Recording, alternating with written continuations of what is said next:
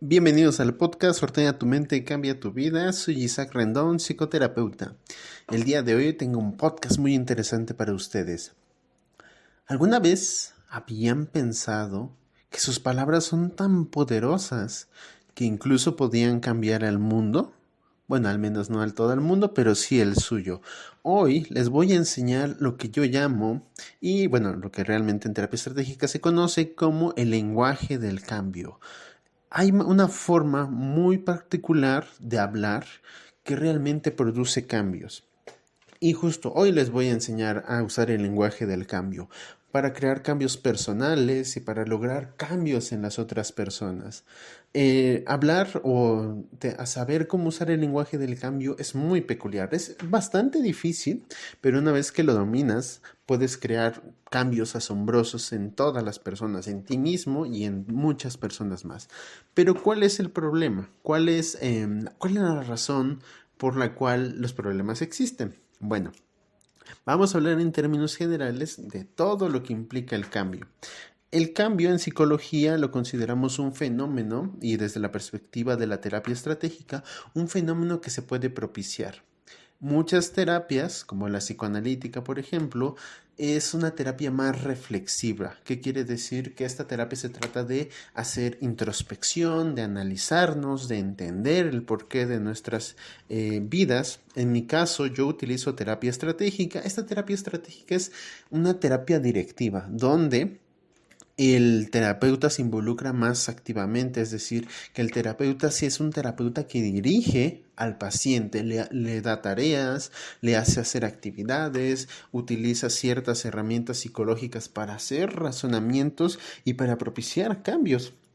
De hecho, la terapia estratégica es una terapia muy lúdica. Se trata de hacer muchas cosas. Más allá de lo que hablemos en terapia, yo como tu terapeuta haría que hicieras cosas. Pequeños desafíos, retos, a veces cosas un poco extrañas, pero que no son comprensibles para la mayoría de las personas, pero que después tienen sentido para lograr cambios. Es decir, la terapia estratégica se basa en cambios. Realmente es una de las terapias, que es la terapia que uso, que generan cambios muy rápido.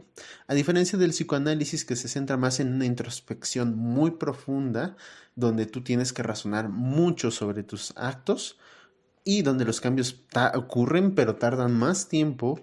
La terapia estratégica genera esto, y es porque tenemos una forma muy peculiar de hablarnos, de hablarnos digo, de comunicarnos con nuestros pacientes, porque nosotros sí decimos qué deberían hacer, no como opinando sobre su vida obviamente, sino más bien que una estrategia que les permita hacer un cambio sobre algo en su vida. ¿De acuerdo? Una vez aclarado esto, vamos a entender todo.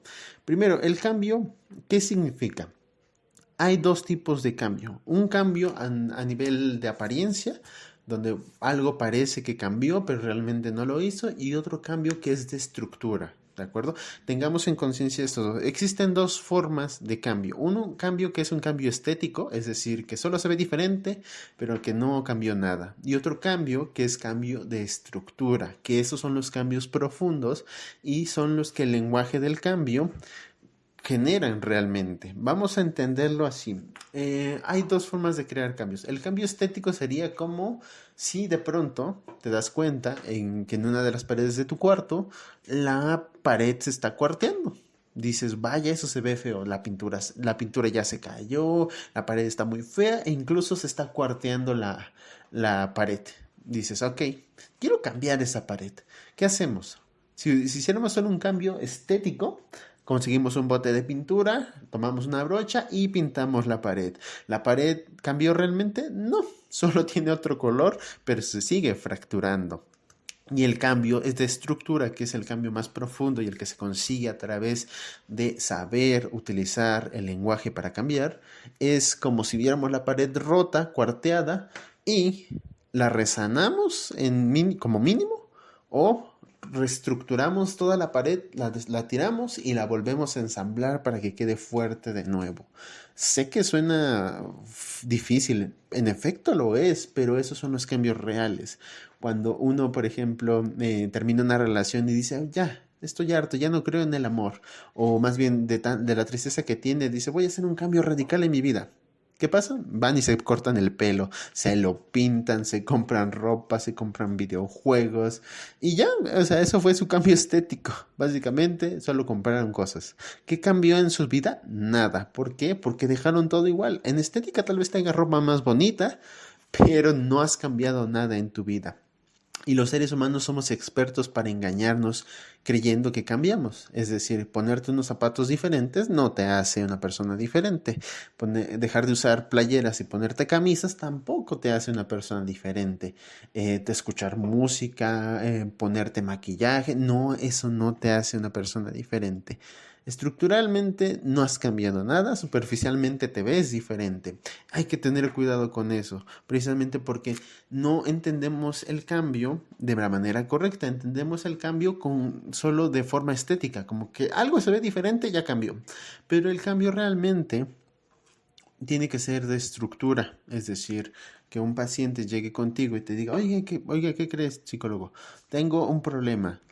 No puedo evitar, no puedo evitar rascarme en público enfrente de las personas. Dice, pero ¿cómo lo haces? Es que de repente cuando me pongo ansioso me empiezo a rascar y toda la gente se me queda viendo y me pongo más ansioso. Ok, cambio estético, ¿qué sería? Lo primero que se nos ocurre es una prohibición. No te rasques, amárrate la mano. Algunos psicólogos muy radicales conductistas dirían, ponte una liga en la mano y cada vez que te rascas te das un ligazo. Algunos lo harían con tal de castigar. Observemos nuestro mundo. Y realmente cuando algo no nos gusta, lo que hacemos es casi siempre querer eliminarlo o castigar la conducta. ¿Y cuántas veces ha funcionado? Realmente nunca. Si fuéramos, si supiéramos de terapia estratégica, plantearíamos algo más curioso. Lo que nosotros sugeriríamos no es que el paciente se deje de rascar cuando se ponga ansioso, sino que antes de que se ponga ansioso se rasque 3 veces y después lo puede hacer. Y eso sería lo que haríamos. O sea, hacer que la conducta que parece disfuncional no la eliminamos, sino que la entendemos y la propiciamos. Aquí viene el primer truco del cambio. No hay que cambiar a través de la prohibición. La primera regla del lenguaje del cambio, no hay prohibiciones. Nunca, nunca, nunca prohíban algo. Ni con sus hijos, ni con nadie. Me acuerdo de una familia que atendí hace unos años. Entonces tenían problemas con su hija menor porque su hija menor tenía el hábito de masturbarse enfrente de las personas. Entonces empezaba a tocar y los papás se avergonzaban mucho. Decían, no, no lo hagas, y se lo prohibían. Le daban un manazo, la regañaban. Intentaron hacer de todo, pero la niña no lo dejaba hacer. Entonces la traen conmigo y me preguntan, ¿y qué podemos hacer? Yo les digo, bueno, primero necesitan hablarles sobre lo que es, o sea, no ocultarlo. Lo peor que puedes hacer es algo ocultar y prohibir. Ocultar y prohibir nunca se hace. Entonces le dije, explíquenle qué es lo que está pasando, qué es lo que hace, cómo se llama. Y no le digan que está mal. Dile, sí, está bien, qué bueno que te guste, que lo hagas. Lo puedes hacer, pero ¿por qué no lo intentas a las 8 de la noche en tu cuarto cuando nadie te está viendo? Porque es algo privado, es algo personal. Lo puedes hacer, pero lo puedes hacer en tu cuarto. Justo les dejé esa indicación, le explicaron a su hija sobre lo que pasaba, le dieron la indicación. ¿Y qué creen que pasó? La niña ya no lo hizo, ni en público, tal vez en privado, pero ya no era un problema significativo. Porque cuando nosotros no prohibimos, sino que entendemos la naturaleza de esta acción o de esta cosa que queremos cambiar y después en lugar de prohibirlo, la permitimos, pero en ciertas condiciones, es cuando realmente creamos un cambio significativo. La receta para el fracaso es dile algo a alguien dile a alguien algo que no te guste y vas a ver cómo lo hace más. Y eso pasa con los niños, adultos, adolescentes. Es ley de vida. No le prohíbas a alguien algo porque lo va a hacer y 10 veces peor. Y me acuerdo que esto me pasa mucho con parejas. Cuando llegan las parejas me empiezan a contar sobre sus problemas y lo primero que se les ocurre es empezar a reclamar, recriminar y recordar el pasado. Es que tú me hiciste esto, es que tú hiciste eso, la otra vez viste a esa chica, la otra vez viste a ese chico así y tú... Es una constante lucha de reclamos, de entre yo tengo la razón, tú estás equivocado y no terminamos en nada. precisamente cuando uno recrimina a otras personas lo malo que han hecho, las personas nunca dicen, es cierto, reflexionan. Y dicen, es cierto, es verdad, yo me equivoqué. Yo lo hice mal. Nunca, nunca lo hagan. Miren nada más cómo estamos en internet. Dile algo, dile a alguien que lo que dice o lo que piensa está mal y qué va a pasar. Se va a aferrar con más fuerza, incluso se va a volver peor de lo que ya es con esas creencias. No pueden hacer eso. No funciona. Incluso se vuelve peor.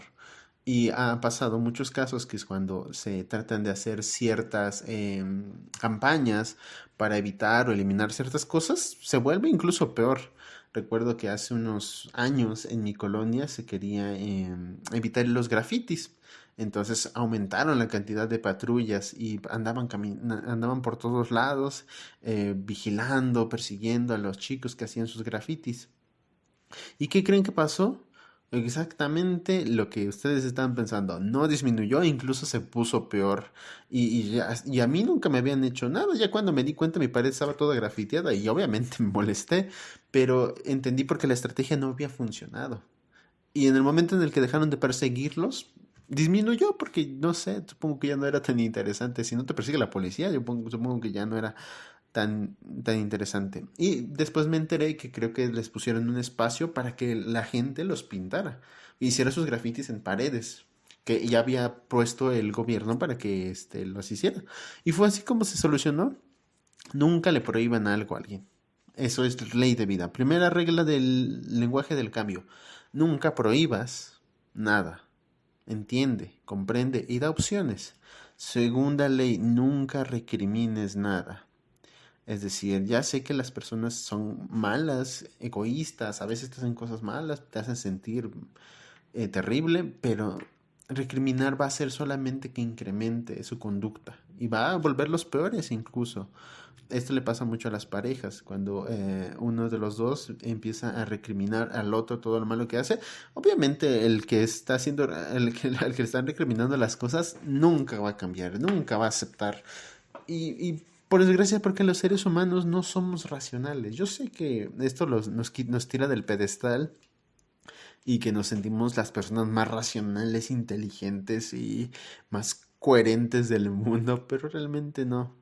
Somos humanos, los humanos somos contradicciones andantes, nunca coincide lo que hacemos con lo que pensamos, nunca somos congruentes, siempre somos emocionales profundamente, hombres y mujeres, no importa, tal vez un género más que el otro, pero pues eso no importa, todos tomamos más decisiones viscerales que decisiones realmente pensadas. Por eso el lenguaje del cambio se sustenta no en prohibir, no en recriminar, y lo que hace el lenguaje del cambio es aprender a armar las palabras. Vamos a aprender juntos cómo hablar apropiadamente. Vamos a entender cómo usar el lenguaje del cambio. Por ejemplo, tenemos nuestro hijo de 5 años. No quiere comer sus verduras. Entonces, pensemos juntos. Opción A, obligarlo a que se las coma. Opción B, ¿qué harían? Piénselo. A ver, quiero que lo tomen un momento. ¿Qué opinan? Una vez una paciente me dijo, cuando le hice este ejemplo, me dijo, más bien esconder las verduras con otra comida, o sea, molerlas o preparar la comida de los niños junto con otras cosas y dejarlo, por ejemplo, hacer como una papilla, que no se vea el brócoli, pero que está ahí, incluírselo. Una vez una de mis pacientes me dijo que quería que sus hijos comieran más avena, pero los hijos odiaban comer la avena. Entonces, ¿qué hizo? Se metió a YouTube y encontró una receta de hot cakes con arena. No, con arena, digo, con avena. Y lo que hizo fue poner la avena dentro de la masa, bueno, de la masa de hot cakes. Tan sencillo como eso, lo mezcló, lo preparó, nunca les dijo a sus hijos, les dio los hot cakes y ellos estaban felices. ¿Y qué pasó? Pues nada, realmente estaban comiendo su avena, pero no se daban cuenta. Y eso a veces es algo que propicia los cambios.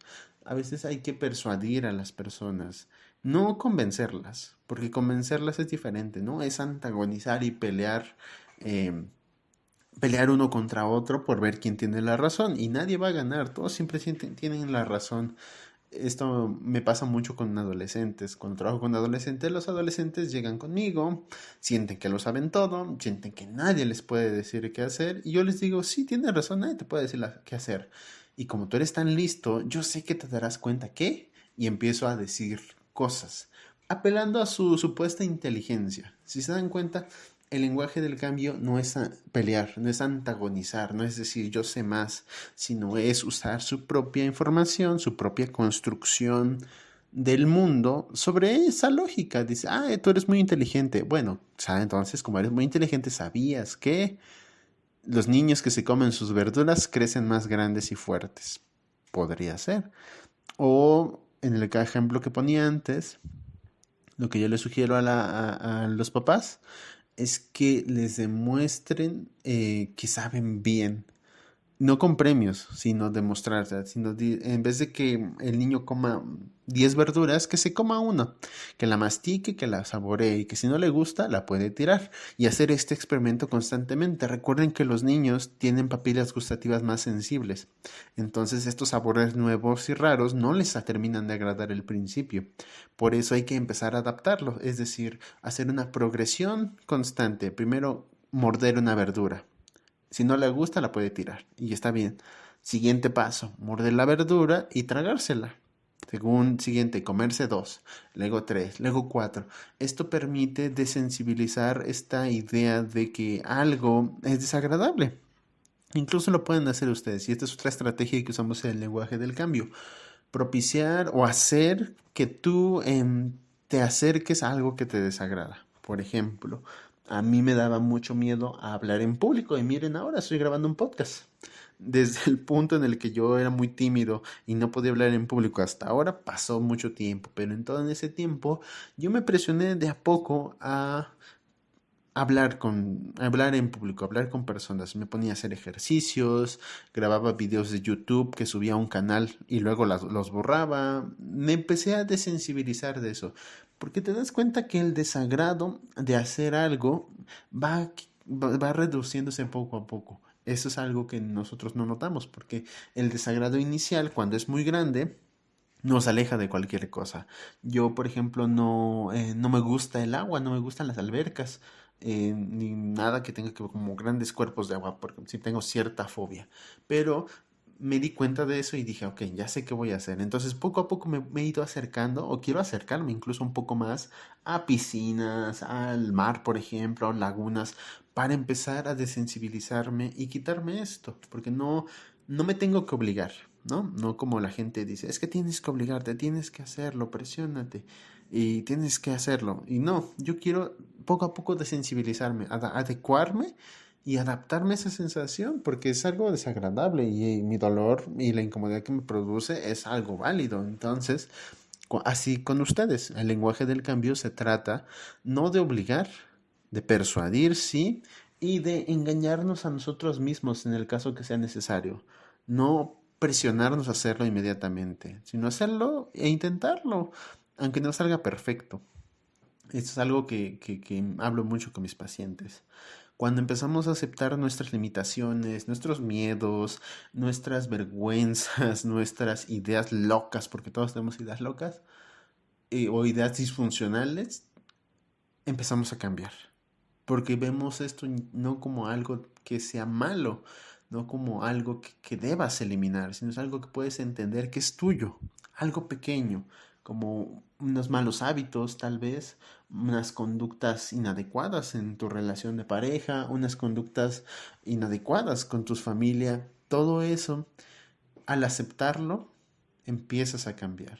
Y es algo que parece que no tiene tanta lógica, pero funciona realmente y ese es el secreto del lenguaje del cambio. El lenguaje del cambio significa usar la información, conocimiento y las palabras para propiciar cambios a través de persuadir. Es decir, tú no le dices a alguien, toma más agua, que te hace bien. No funciona realmente. Pero tú si le dices, ¿sabías que las personas que son muy inteligentes, muy atléticas, toman agua?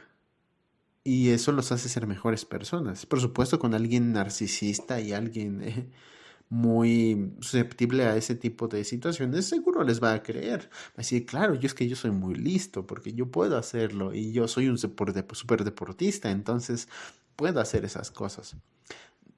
Primero, para usar el lenguaje del cambio correctamente, les voy a enseñar cómo hacerlo con cualquier persona o incluso con ustedes. Paso número 1, para usar el lenguaje del cambio. Cuando alguien les diga, oye, ¿qué crees? Me pasó esto.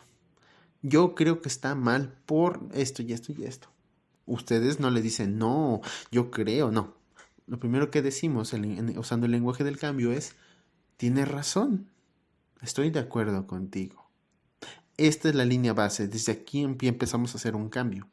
Esto se llama validar creencias. Le decimos a la persona que sus creencias son correctas, que están bien. No nos oponemos. Recuerden que cuando uno se opone o recrimina a la otra persona sobre si tiene o no tiene razón, empezamos a crear problemas. Entonces, primero aceptamos sus ideas y después empezamos a meter el cambio.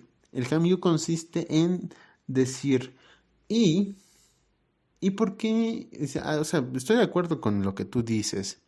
Además, o también creo que, no sé, podrías intentar esto. En vez de nosotros contradecir, nosotros lo que queramos decir lo hacemos como si agregáramos algo a su idea.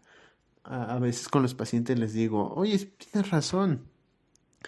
Tu novio es una mala persona porque te gritó. Y si tú tenías que defenderte, por eso tenías que gritar más fuerte.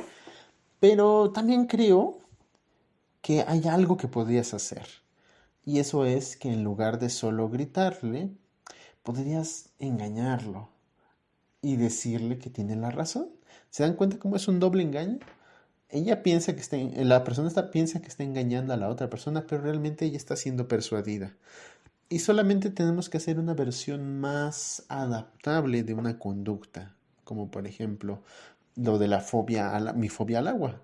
En lugar de que yo siempre esté repeliendo la idea de acercarme al mar, por ejemplo, una versión reducida podría, bueno, en lugar de ir al mar, puedes ir a 30 metros a la orilla del mar. Puedes estar ahí, no te va a alcanzar el agua y vas a estar tranquilo y vas a poder ver el mar, que tal vez te guste. Esa es una forma de hacer una versión más reducida de un problema grande. Ningún problema hay que minimizarlo, ni mucho menos maximizarlo. Simplemente hay que buscar la forma como podemos acercarnos al problema en una versión más reducida. Por ejemplo, no prohibirnos totalmente dejar de fumar. No fumes, es malo. Y tú fumas 4 cajetillas al día. Sino que podemos hacer algo como lo que hacía Milton H. Erickson, uno de los grandes maestros del cambio, que decía a los pacientes que tenían adicciones, digo, no quiero que dejes de fumar. Les preguntaba, ¿y cuál es la tienda que te queda más lejos de ti? Y dice, bueno, es que soy una tienda a, no sé, a 3 kilómetros. Tengo que tomar una combi o tomar un taxi para llegar a esa tienda. Ok, decía, quiero que hagas como tarea esta semana un pequeño ejercicio. Quiero que sigas comprando la misma cantidad de cigarros que fumas. No dejes de fumar. Pero quiero que intentes comprar esa cajetilla de cigarros, comprar esas cervezas, justo en esa tienda que te queda a 3 kilómetros. Puedes hacerlo las veces que quieras. Y si no te sale la primera, no hay problema. Pero quiero que lo intentes. Para ver qué tan fuerte eres. Aquí, si se dan cuenta, ya estamos creando un cambio. No le estamos prohibiendo a la persona que deje de fumar o tomar alcohol. Le decimos, puedes tomar, pero tienes que ir a la tienda que está a 3 kilómetros de ti. La gente lo intenta y muchas veces por esta carga extra ya no desiste y ya no sigue. Y ya no va a comprar su cajetilla de cigarros y mucho menos a comprar alcohol. ¿Por qué? Porque cambiamos algo. El lenguaje del cambio se trata de agregar cosas. ¿De acuerdo? Recuerden estos tres principios básicos del lenguaje del cambio. El lenguaje del cambio consiste en 1, no prohibir. 2, no recriminar. Y 3, en lugar de prohibir, agregar algo a ese problema. exactamente yo es lo que hago con mis pacientes. Ya con años de experiencia he aprendido a hacer estas estrategias de maneras más elegantes, cada vez de una mejor forma, pero todos podrían hacer eso. No se prohíban cosas, no vean a su problema como una gran amenaza, simplemente agreguen cosas. Quiero contarles una anécdota, algo que realmente nos enseña que podemos cambiar cosas de muchas maneras. Un día, un hombre con un severo alcoholismo acude con Milton H. Erickson, su terapeuta, y le dice, yo sé que usted es muy bueno, necesito que me quite esto lo más rápido que pueda. Erickson le pregunta sobre su problema, lo analiza, empieza a hablar con él, y con esta voz ¿cómo decirlo? Tan armoniosa que te persuade de una forma tan elegante, empieza a hablar con él y le dice, quiero que haga un pequeño experimento. ¿Recuerda el jardín botánico que hay en la ciudad? ¿Alguna vez lo ha visitado? Le pregunta. El paciente dice que no. Digo, quiero que vaya. Quiero que se dé una vuelta por ahí al jardín botánico. Y quiero que se detenga al menos una vez a ver a uno de esos cactus. Quiero que mire cómo esos desgraciados infelices, a pesar de todo, pueden sobrevivir años sin una sola gota de agua. Quiero que lo mire y que vea por qué son tan fuertes, porque no pueden por años tomar ni una sola gota de agua. Le deja la tarea y una semana después regresa. El paciente se ha curado. Ya no ha vuelto a tomar alcohol, ya no lo necesita. Piensen en esta anécdota, díganme qué fue lo que pasó. Si están en YouTube, coméntenme por qué creen que pasó, por qué el hombre dejó de tomar o por qué pasó eso. Y pongan sus dudas. Y si necesitan alguna estrategia sencilla para hacer algún cambio en su vida, para empujarse a hacer algo, no, recuerden, pueden mandarme un mensaje directamente a mi Instagram. Estoy como isacrendon.ps. Si el problema no es muy difícil, yo les puedo dar una sugerencia rápido. Y si necesitan mi ayuda personalizada para resolver un problema muy grande, para realmente hacer un cambio significativo en sus vidas, mándenme un mensaje directo a WhatsApp, agendamos una cita y trabajamos sobre su problema. ¿De acuerdo? Si les gustó este tema, voy a estar hablando más a profundidad del lenguaje del cambio en otros videos. Déjenme sus comentarios, coméntenme en Instagram o coméntenme en YouTube si ven el podcast ahí. Todas sus dudas las voy a responder. Y si les gustó, voy a seguir hablando sobre el lenguaje del cambio, sobre estrategias para hacer cambios en ciertas cosas, en terapia de pareja, con niños, con algún trastorno tal vez no muy grave. Les puedo dar sugerencias de cómo crear cambios. Recuerden esos 3 principios: no prohibir, no recriminar y agregar cosas al problema. Créanme, parece simple, pero es muy difícil. Practíquenlo, inténtenlo y vean qué tal les funciona hablar de una manera correcta. Hablar a través del lenguaje del cambio. Por ahora me despido, espero que les haya gustado el podcast. Recuerden todas sus dudas, se las puedo responder en los siguientes podcasts. Espero que les haya gustado. Nos escuchamos en el próximo episodio. Que estén muy bien. Adiós.